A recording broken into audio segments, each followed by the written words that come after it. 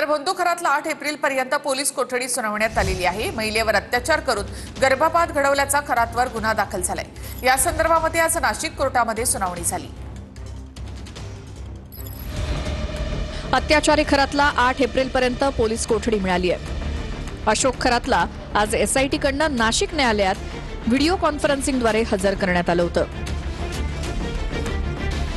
अत्याचार करून जबरदस्तीनं गर्भपात घडवून आणल्याचा एका पीडितेनं खरातवरती आरोप केलाय। या संदर्भात खरातवर गुन्हा दाखल झाला असून कोर्टात सुनावणी पार पडली। यावेळी तपास अधिकाऱ्यांनी युक्तिवाद केला।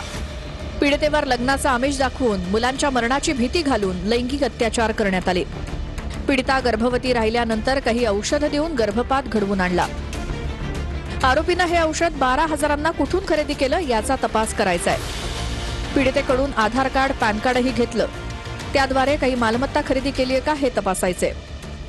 आरोपीचे आणखी कोणते साथीदार आहेत का हे तपासायचे। जडीबुटीचं औषध म्हणून नेमकं काय द्यायचा हे तपासायचंय।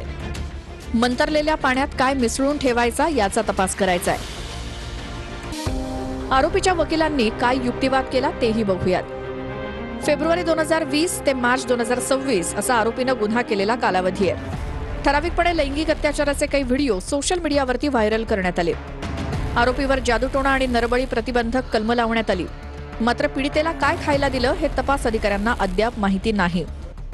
सरकारी पक्षाचा प्रतिवाद, आरोपींना लैंगिक अत्याचार, आर्थिक व्यवहार, अघोरी आणि विकृत कृत्य केली आहेत। एका पीडितेनं धाडस दाखवून तक्रार दिल्यानंतर आता इतर पीडिताही समोर येत आहेत। 14 दिवसांच्या पोलीस कोठडी दरम्यान अनेक अँगल समोर आलेत।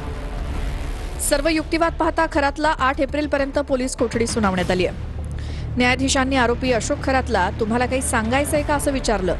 त्यावर खरातनं हात जोडून मला काहीही सांगायचं नाही असं उत्तर दिलं।